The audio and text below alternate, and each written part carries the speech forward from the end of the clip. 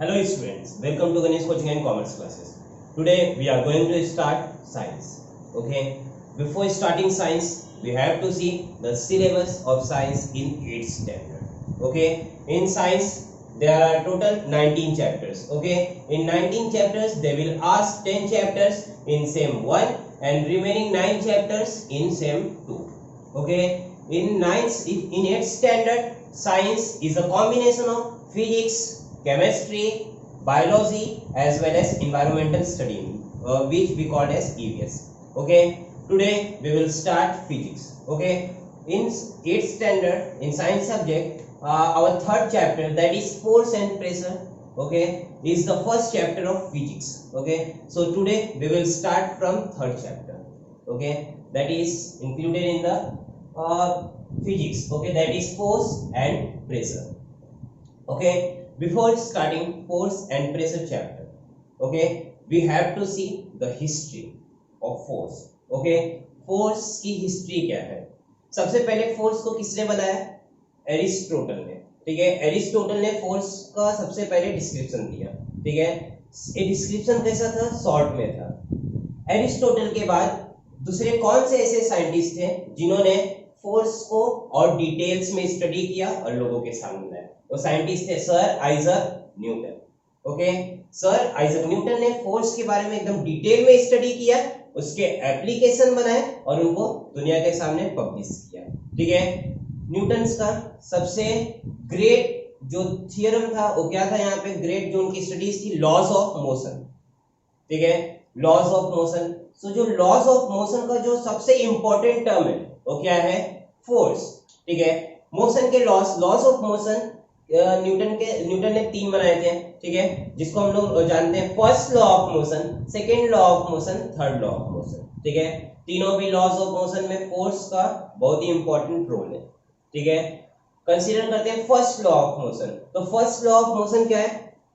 हम लोगों ने 7th स्टैंडर्ड में देखा था. When an object is in rest or moving, okay, is in motion, then it will continue in rest or motion until or unless there will not any external force acts. okay, इसका मतलब क्या? अगर कोई object rest में या motion में, ठीक है, तो रेस्ट में ही रहेगा, मोशन में ही रहेगा. कब तक वो रेस्ट या तो मोशन में ही रहेगा? जब तक कि उसके ऊपर कोई भी बाहर से फोर्स ना एक्ट करे. ठीक है, कंसीडर करते हैं हम लोग एक एग्जांपल, एक कार, ठीक है, जो रोड पे रेस्ट में खड़ी है. ठीक है, तो कब तक रेस्ट में रहेगी? जब तक हम लोग उसके ऊपर फोर्स नहीं अप्लाई करेंगे, या तो उसको पुश नहीं करेंगे या तो पुल नहीं करेंगे. ठीक है, उसका इंजन स्टार्ट करके हम लोग आगे की तरफ मूव नहीं करेंगे, तब तक वो कार क्या रहेगी? हमेशा रेस्ट पे ही खड़ी रहेगी. ठीक है, अब दूसरा एग्जांपल कंसीडर करते हैं. अगर समझ लो कोई भी एक ऑब्जेक्ट मूव कर रहा है एयर में. ठीक है, अगर समझ लो कि हम लोग ने कोई भी एक बॉल, ठीक है, या कोई भी ऑब्जेक्ट को फेंका. ठीक है, तो कब तक वो ऑब्जेक्ट मोशन में रहेगा या बॉल कब तक मोशन में रहेगा? जब तक उसके ऊपर कोई एक्सटर्नल फोर्स नहीं अप्लाई होता है. ठीक है, जब हम लोग बॉल को फेंकते हैं एयर में, ठीक है, तो हमेशा ये जाते ही रहता है, मूव करता ही रहता है, मोशन में ही रहता है? नो, थोड़ा दूर जाकर के क्या हो जाता है? स्टॉप हो जाता है. ठीक है, और उसकी स्पीड धीरे धीरे क्या होती है? डिक्रीज होती है. किसकी वजह से? क्या उसके ऊपर कोई फोर्स लगता है? कोई उसको रोकता है? नहीं. तो उसके ऊपर बिना फोर्स लगे कैसे उसकी स्पीड स्लो होती है? वो किसके वजह से? रेजिस्टेंस की वजह से. ठीक है, और रेजिस्टेंस कौन अप्लाई करता है वहां पे? एयर. ठीक है, एयर के मॉलिक्यूल्स, जिसको हम लोग क्या बोलते हैं? Drag force. ठीक है, सो जब हम लोग बॉल को थ्रो करते हैं तो एयर के जो मॉलिक्यूल्स है उसको क्या करते हैं? रेजिस्ट करते हैं. कौन से फोर्स के थ्रू? Drag force. ठीक है, तो जिसके वजह से उस बॉल की स्पीड पहले तो ज्यादा रहती है जब हम लोग उसको थ्रो करते हैं इनिशियल में, फिर धीरे धीरे क्या होती है? डिक्रीज होती है. एक टाइम ऐसा आता है कि उसकी स्पीड 0 हो जाती है और फिर से रेस्ट में हो जाता है. ठीक है, चलो फोर्स के डेफिनेशन देखते हैं. फोर्स इज अ पुल और पुश. ठीक है, फोर्स को हम लोग सिंपली कैसे डिफाइन कर सकते हैं? फोर्स इज अ पुल और पुश. जब एक पुश और पुल किसी भी ऑब्जेक्ट के ऊपर अप्लाई होता है, ठीक है, तो ऑब्जेक्ट क्या होता है? वो ऑब्जेक्ट क्या करता है? अपना पोजीशन चेंज करता है. ठीक है, from one position to another position. उसी को हम लोग क्या बोलते हैं? मोशन. ठीक है, तो जब भी किसी भी ऑब्जेक्ट के ऊपर फोर्स अप्लाई होगा अगर वो ऑब्जेक्ट रेस्ट में होगा तो ऑब्जेक्ट क्या परफॉर्म करने लगेगा, मोशन। अगर वो ऑब्जेक्ट मोशन में होगा और फोर्स उसके अपोजिट डायरेक्शन में एक्ट कर रहा है तब वो ऑब्जेक्ट रेस्ट स्टेट में आ जाएगा। ठीक है, तो यहाँ पे दो कंडीशन है। If an object is in rest when we apply force on that object gets perform moving. Okay, in motion object क्या वहां पे अक्वायर कर लेता है, मोशन। एंड सेकंड केस क्या है, if an object is in motion when we apply force on that object in opposite direction then object tends to come in the rest। ठीक है, जब कोई ऑब्जेक्ट मोशन में होता है हम लोग फोर्स अप्लाई करते हैं उस ऑब्जेक्ट के अपोजिट डायरेक्शन में तो ऑब्जेक्ट क्या किसकी तरफ टेंड्स हो जाता है, रेस्ट पोजीशन में, रेस्ट पोजीशन को अक्वायर करने के लिए। ठीक है, तो यहाँ पे अभी फोर्स के बारे में हम लोगों ने देखा। नेक्स्ट टॉपिक क्या है, टाइप्स ऑफ फोर्स। ठीक है, so basically there are two types of force. First one is contact force and second one is non contact force। ठीक है, so यहाँ पे हम लोग एग्जांपल देखते हैं contact force और non contact force के। ठीक है, तो चलो सबसे पहले देखते हैं contact force होता क्या है और non contact force क्या होता है। ठीक है, तो contact force का मीनिंग क्या है, जिस फोर्स में, ठीक है, मतलब ऐसा केस जहां पे दो ऑब्जेक्ट के बीच में फोर्स एक्ट कर रहा है और दोनों भी ऑब्जेक्ट एक दूसरे से इंटरेक्शन होना चाहिए। ठीक है, सो कांटेक्ट फोर्स के केस में अगर फोर्स एक्ट हो रहा है किसी भी दो ऑब्जेक्ट के बीच में तो दोनों भी ऑब्जेक्ट एक दूसरे से इंटरेक्ट होने चाहिए, मींस क्या, एक दूसरे को टच होने चाहिए। ठीक है, नॉन कांटेक्ट फोर्स वाले केस में जब दो ऑब्जेक्ट के बीच में फोर्स अप्लाई हो रहा है, ठीक है, फोर्स एक्ट कर रहा है तो वो दोनों भी ऑब्जेक्ट एक दूसरे से कांटेक्ट नहीं करने चाहिए। ठीक है, एक दूसरे से दूर रहना चाहिए, डिस्टेंस रहना चाहिए। ठीक है, तो उस फोर्स को हम लोग क्या बोलेंगे, नॉन कांटेक्ट फोर्स। और जिस फोर्स में एक ऑब्जेक्ट दूसरे ऑब्जेक्ट से कांटेक्ट में रहेगा, मींस का इंटरेक्शन करेगा, टच करेगा, उसको हम लोग क्या बोलेंगे, कांटेक्ट फोर्स। कांटेक्ट फोर्स का डेफिनेशन देखते हैं। क्या definition, a force acts on two bodies through an interaction between them. ठीक है, this is called as contact force. ठीक है, अब नॉन कांटेक्ट फोर्स का यहाँ पे एग्जांपल डेफिनेशन देख लेते हैं। ठीक है, नॉन कांटेक्ट फोर्स का यहाँ पे डेफिनेशन क्या है, a force is applied between two objects even if the two objects are not in contact. ठीक है, such force is called as non contact force. Simply basically हम लोग को क्या समझना है, कांटेक्ट फोर्स का मीनिंग, जब कोई भी फोर्स अप्लाई होता है दो ऑब्जेक्ट के बीच में और दो ऑब्जेक्ट एक दूसरे से कांटेक्ट में नहीं हो, ठीक है, तो उसको हम लोग क्या बोलेंगे, नॉन कांटेक्ट फोर्स। अगर दोनों ऑब्जेक्ट एक दूसरे से कांटेक्ट में हो तो उस फोर्स को हम लोग क्या बोलेंगे, कांटेक्ट फोर्स। ठीक है, चलो यहाँ पे अभी एग्जांपल्स देखते हैं हम लोग contact and non contact force के। सो फर्स्ट एग्जांपल क्या है वहां पे, अप्लाइड फोर्स। ठीक है, तो अप्लाइड फोर्स का मीनिंग, जब हम लोग किसी भी ऑब्जेक्ट के ऊपर पुश या तो पुल अप्लाई करते हैं, ठीक है, तो उसी को हम लोग क्या बोलेंगे यहाँ पे, अप्लाइड फोर्स। जैसा तुम लोग को यहाँ पे फिगर में दिख रहा है, एक पर्सन एक ऑब्जेक्ट को क्या कर रहा है, खींच के लेके जा रहा है, मींस क्या कर रहा है, यहाँ पे पुल कर रहा है। ठीक है, तो अप्लाइड फोर्स का यहाँ पे एग्जांपल हो गया। सेकंड क्या है वहां पे, स्प्रिंग फोर्स। स्प्रिंग फोर्स का मीनिंग यहाँ पे, the force applied by spring. ठीक है, जब हम लोग स्प्रिंग को स्ट्रेच करते हैं, ठीक है, तो उसके अंदर कौन सी एनर्जी आ जाती है, पोटेंशियल एनर्जी। ठीक है, फिर यही पोटेंशियल एनर्जी कब एक्ट होती है, जब हम लोग स्प्रिंग को छोड़ देते हैं। ठीक है, तो स्प्रिंग ऊपर की तरफ जाएगा, बाउंस बैक करेगा। ठीक है, तो इस पोटेंशियल एनर्जी किसमें कन्वर्ट होके जाती है, स्प्रिंग फोर्स में। ठीक है, स्प्रिंग फोर्स में और in the form of kinetic energy. ठीक है, तो इसी को हम लोग क्या बोलेंगे यहाँ पे, स्प्रिंग फोर्स। जब हम लोग उसको यहाँ पे प्रेस करेंगे, ठीक है, फिर से उसके अंदर पोटेंशियल एनर्जी आ जाएगी। जब हम लोग उसको मूव करेंगे, ठीक है, जिसके थ्रू हम लोग ने उसको प्रेस किया, अगर हैंड के थ्रू हम लोग ने उसको प्रेस किया है, जब हम लोग अपना हैंड उठाएंगे तो फिर स्प्रिंग क्या हो जाएगा, फिर से अपना जो उसका शेप था उसको रिस्टोर कर लेगा। ठीक है, किस फोर्स के थ्रू, स्प्रिंग फोर्स के थ्रू। थर्ड क्या है यहाँ पे, ड्रैग फोर्स। ड्रैग फोर्स के बारे में देखते हैं। तो ड्रैग फोर्स के हम लोग ने एग्जांपल देखे थे, जब हम लोग किसी भी बॉल को थ्रो करते हैं एयर में तो धीरे धीरे उसकी स्पीड क्या हो जाती है, स्लो हो जाती है। ठीक है, किसके थ्रू, एयर के रेजिस्टेंस के थ्रू। वही अभी हम लोग यहाँ पे देखते हैं एग्जांपल में, ये जो लड़का है, ठीक है, ये आगे की तरफ क्या कर रहा है, दौड़ रहा है, रन कर रहा है। ठीक है, इसको कोई वहां पे अपोजिशन मिलेगा क्या? यस ऑफ कोर्स, ठीक है। कौन उसको अपोज करेगा आगे की तरफ मूव करने के लिए? एयर, ठीक है, जो एयर के पार्टिकल्स है, ठीक है। तो एयर के पार्टिकल्स क्या करेंगे? उसको अपोजिट डायरेक्शन में उसको मतलब फोर्स लगाएंगे, उसको अपोजिट डायरेक्शन में फोर्स लगाएंगे, ठीक है। तो इसी फोर्स को जो अपोजिट डायरेक्शन में लगेगा किसी भी फ्लूइड द्वारा, ठीक है, किसी भी लिक्विड या तो एयर द्वारा, उसी को हम लोग क्या बोलेंगे? ड्रैग फोर्स, ठीक है। अब नेक्स्ट फोर्स यहाँ पे क्या है? फ्रिक्शनल फोर्स, ठीक है। सो फ्रिक्शनल फोर्स देखते हैं। अब यहाँ पे फ्रिक्शनल फोर्स देखते हैं। एक कोई बंदा है, ठीक है, वो एक ऑब्जेक्ट को क्या कर रहा है? आगे की तरफ पुश कर रहा है, ठीक है। अब अगर वो ऑब्जेक्ट हेवी हुआ, ठीक है, तो फिर वो बंदा उस ऑब्जेक्ट को पुश कर पाएगा आगे? नहीं कर पाएगा, ठीक है, क्योंकि उसकी कैपेसिटी के बाहर है, ठीक है। अब हम लोग को यहाँ पे क्या कंसीडर करें? ऑब्जेक्ट लाइट वेट है, ठीक है। तो ये जो बंदा है, ये जो पर्सन है, उस ऑब्जेक्ट को पुश कर रहा है, ठीक है, आगे की तरफ। तो इजीली पुश कर पाएगा क्या? अगर लाइट वेट भी है, क्या उसको कोई वहां पे अपोजिशन मिलेगा? ठीक है, ड्रैग फोर्स तो मिलेगा, ठीक है, अगर वो एयर में हो तो। वैसे भी उसका कुछ पार्ट एयर पे है, कुछ पार्ट उसका किससे कांटेक्ट में है? सरफेस के कांटेक्ट में, ठीक है। तो एयर से ड्रैग फोर्स मिलेगा। अगर ड्रैग फोर्स को अगर हम लोग हटा देते हैं तो उसके ऊपर कोई अपोजिशन में फोर्स एक्ट कर रहा है क्या? Yes, that is called as frictional force, ठीक है।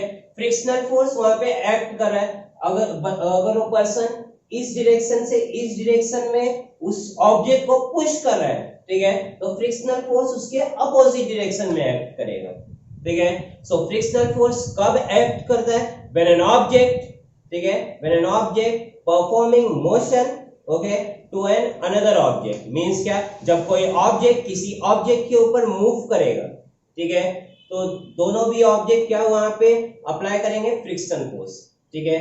अगर सपोज करना है एक सरफेस है, उसके ऊपर कोई ऑब्जेक्ट मूव कर रहा है, ठीक है, तो इस केस में फ्रिक्शनल फोर्स किसके ऊपर अप्लाई होगा? जो ऑब्जेक्ट मूव करेगा, ठीक है। कौन अप्लाई करेगा? वहां पे जो सरफेस जैसा एक्ट करेगा, ठीक है। सो जो नीचे होगा वो फ्रिक्शनल फोर्स अप्लाई करेगा किसके ऊपर? जो मूव कर रहा है, ठीक है, किस डायरेक्शन में? उसके अपोजिट डायरेक्शन में, ठीक है। सो अभी यहाँ पे next and last example of frictional force in our topic, that is normal force, ठीक है। नॉर्मल फोर्स कैसे हो गया? कांटेक्ट फोर्स यहाँ पे। सो नॉर्मल फोर्स के बारे में देखते हैं।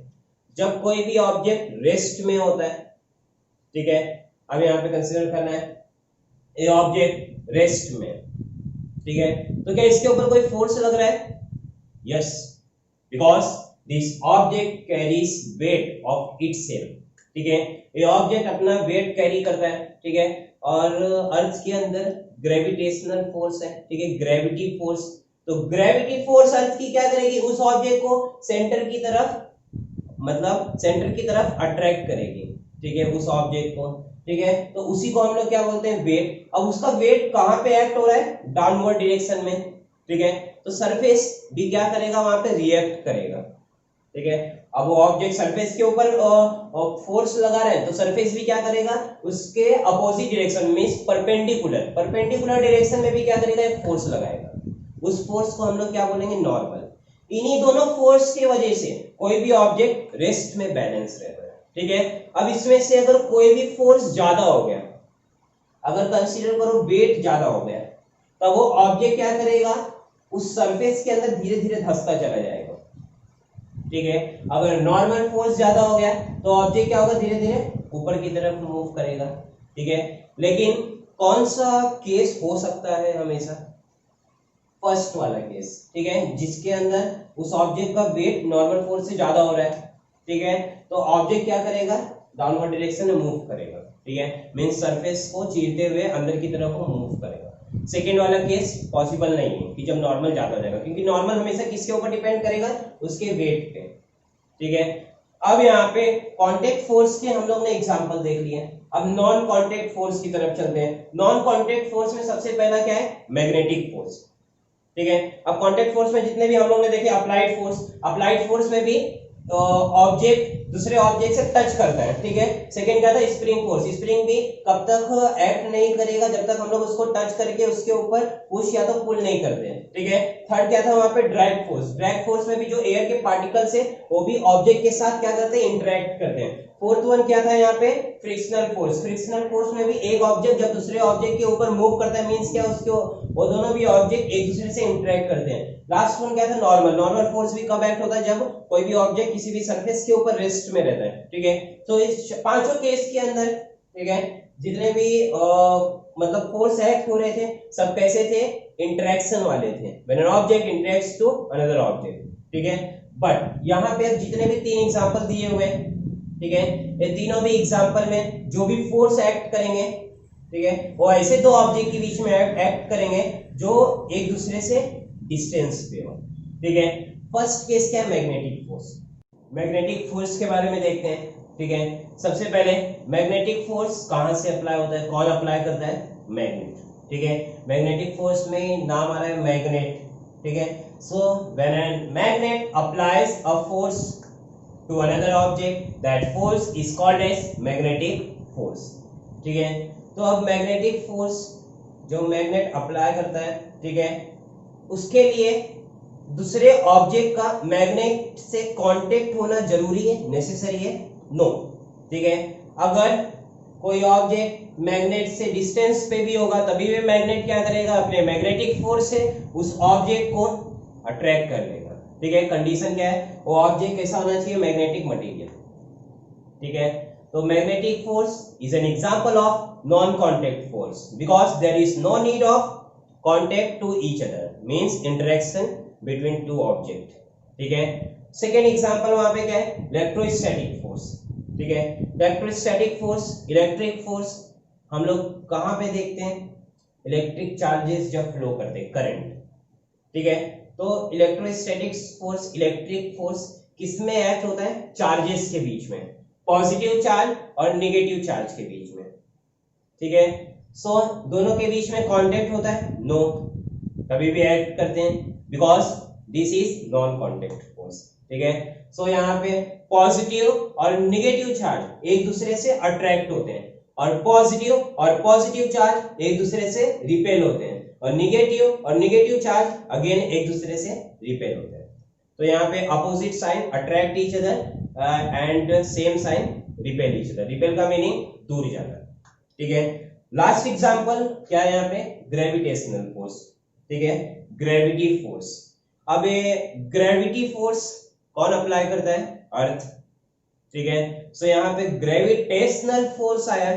सो ग्रेविटेशनल फोर्स का मीनिंग क्या है, when an object attracts to another object, ठीक है। यहाँ पे हम लोग ने अट्रैक्ट टू वाला कंडीशन मैग्नेटिक फोर्स में देखा था, ठीक है। सो ग्रेविटेशनल फोर्स क्या है, मैग्नेटिक फोर्स में एक कंडीशन था, क्या था कंडीशन हो, कि कौन सा ऑब्जेक्ट अट्रैक्ट होगा, जो मैग्नेटिक मटेरियल्स होगा, ठीक है।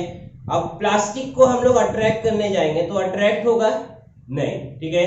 आयरन को अट्रैक्ट करेंगे मैग्नेट से, अट्रैक्ट हो जाएगा, ठीक है। पेपर, ठीक है, पेपर को अगर अट्रैक्ट करेंगे नहीं होगा, ठीक है। कौन अट्रैक्ट करेगा, कौन अट्रैक्ट होगा वहां पे, जो मैग्नेटिक मटेरियल्स होगा। लेकिन ग्रेविटेशनल फोर्स में चाहे वो मैग्नेटिक मटेरियल रहे या ना रहे, सभी ऑब्जेक्ट एक दूसरे से क्या होते हैं, अट्रैक्ट होते हैं, ठीक है। सो जो ग्रेविटेशनल फोर्स अपने अर्थ पे काम करता है उसको हम लोग किस नेम से जानते हैं, ग्रेविटी, ठीक है, ग्रेविटी फोर्स।